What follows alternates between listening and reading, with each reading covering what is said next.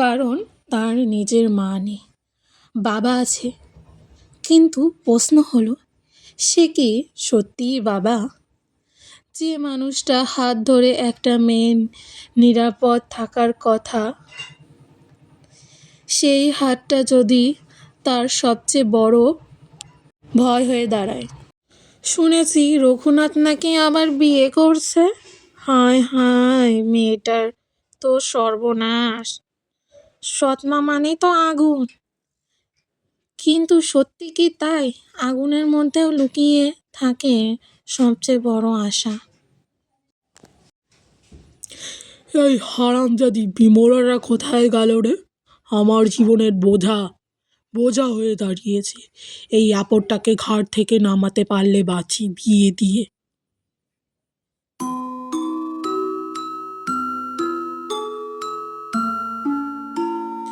মা, মা তুমি কোথায়? বাবা, তুমি আজ আসবে না? আমার তো খুবই কষ্ট হয় মার জন্য। তুমি কি সেটা বোঝো না? মা কি আকাশে তারা হয়ে গেছে বাবা। মা কি আর আসবে না? আমি তো মা বলেই কখনো ডাকতেই পারলাম না, মা কি জিনিস জানতেই পারলাম না।